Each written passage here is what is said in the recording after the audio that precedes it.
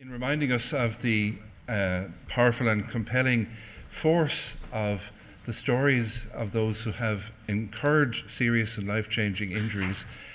You've set the scene for our next speaker, who I think exhibits the generosity and public spiritedness that you mentioned by her willingness to share her story. She is Siobhán O'Brien, who suffered a serious and life-changing injury in a road collision in 2001. And she generously agreed to share her story in an ad produced by the Road Safety Authority. And she has agreed to speak to us today to underscore the importance of our efforts and of the forthcoming road safety strategy. And as Siobhán joins us on the platform, I'd like to invite you to watch the ad which she recorded for the Road Safety Authority 2 years ago for their Crashed Lives campaign. My accident was on a Monday. I went into work. I was a social worker and I had a lot on my mind. The next day was my graduation. I don't know what happened. Just from what I was told, about 2 o'clock, I was driving and bang. It's like part of me died that day. I can never accept this. Never. You can take your mind off the road for a split second, but that's all it takes, that split second.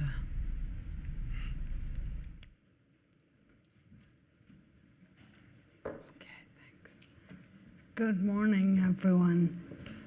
My name is Siobhán O'Brien, and I was invited to speak at this EU Presidency Road Safety Conference on serious injuries from a personal perspective. I acquired a brain injury following a serious road accident in October 2001. I was 23 years old at the time and had begun working as a social worker with the HSE a few months prior to my accident. In the late afternoon of the 22nd of October 2001, I set out in my car on a home visit to a foster family. On this wet and windy day, road conditions were poor, and I have no recollection at all of what happened next, but I'm told that I collided with an oncoming articulated truck. I was taken to the Louth County Hospital and almost immediately transferred to Beaumont Hospital because I had sustained a traumatic brain injury.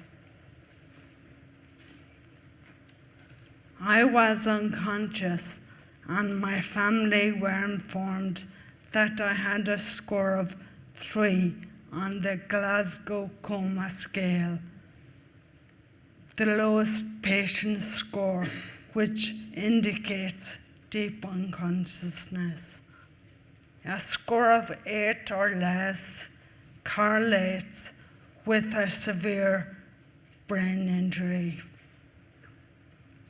Experts recommended that rehabilitation should begin as early as is feasible, and so 4 months later, in February 2002, I began treatment as an inpatient in the National Rehabilitation Hospital in Dundalk.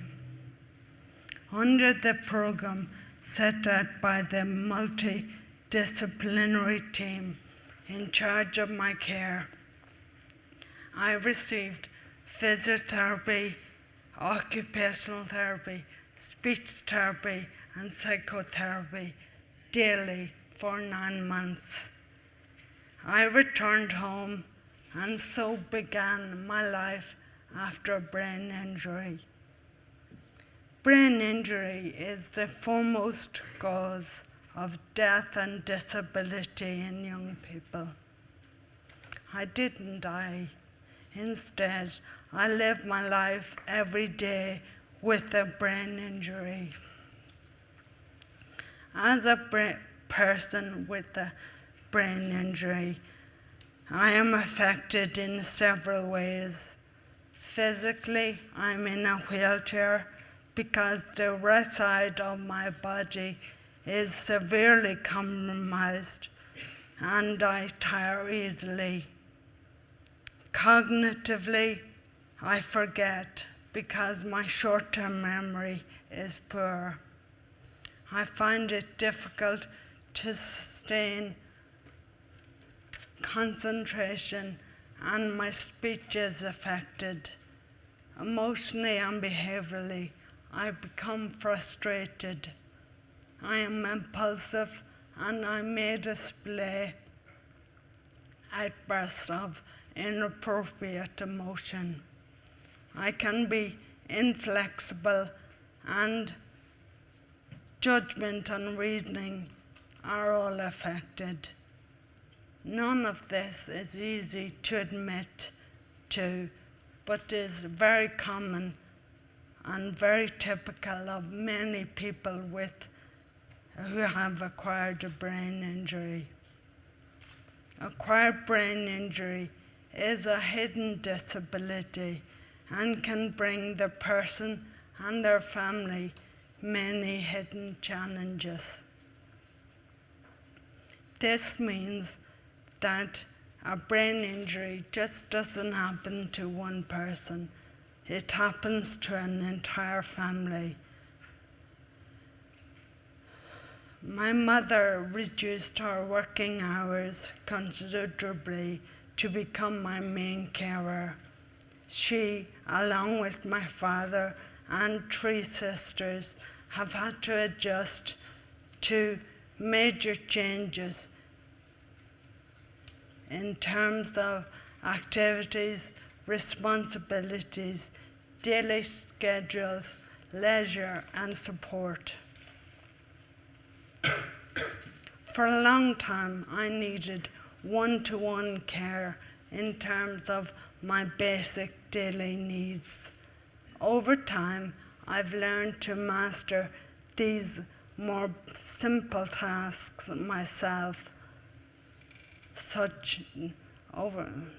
by using compensation strategies. For example, I use a wheelchair for mobility. I've trained my left hand, which is my non-dominant hand, to feed myself, write with, etc. I speak slowly in order to make myself understood. I set reminders on my mobile phone for important events as I can't rely on my memory. I changed the font level on my computer and phone to large as my vision is impaired. In the supermarket, I have to ask another customer to lift my basket up onto the conveyor belt for me. I like to make plans in advance rather than spur-of-the-moment plans so that I can prepare for the physical challenges in accessing a venue, etc. Structure makes my life easier. Impulsive behavior, I now know, is the behavioral trademark of a head injury, and so I try to control this by knowing what lies ahead and planning for it. This wheelchair serves as a constant reminder to neighbours, friends, and the wider community that I was involved in a serious accident 12 years ago.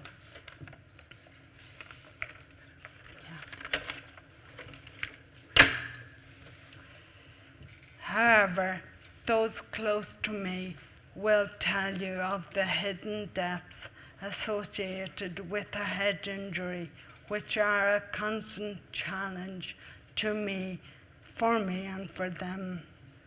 Many of the problems I have to deal with are not so apparent, but have a real impact on my everyday life.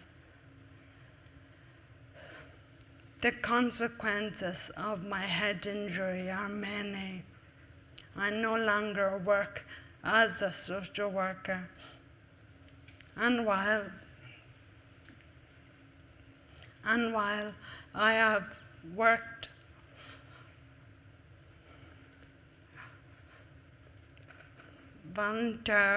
voluntarily engaging in repetitive secretarial tasks, it is difficult to find work in these recessionary times, never mind for a person with an ABI.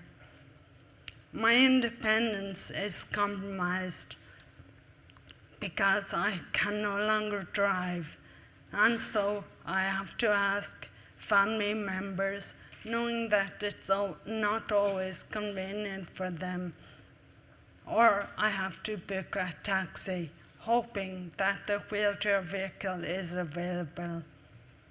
I live independently in my own home, and I often have to ask visitors to help out with simple household tasks. I live in close proximity to the shops so that I can make my own way there, but our unpredictable weather often prevents me from doing so when I wish.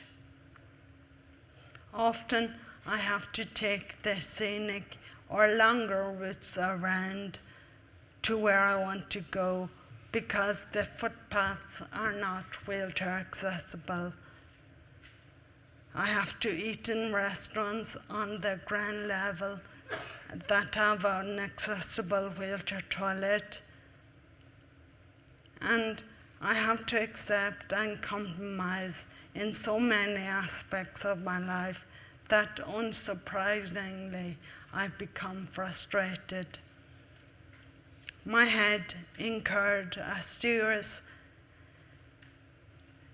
trauma as a direct result of a road traffic accident.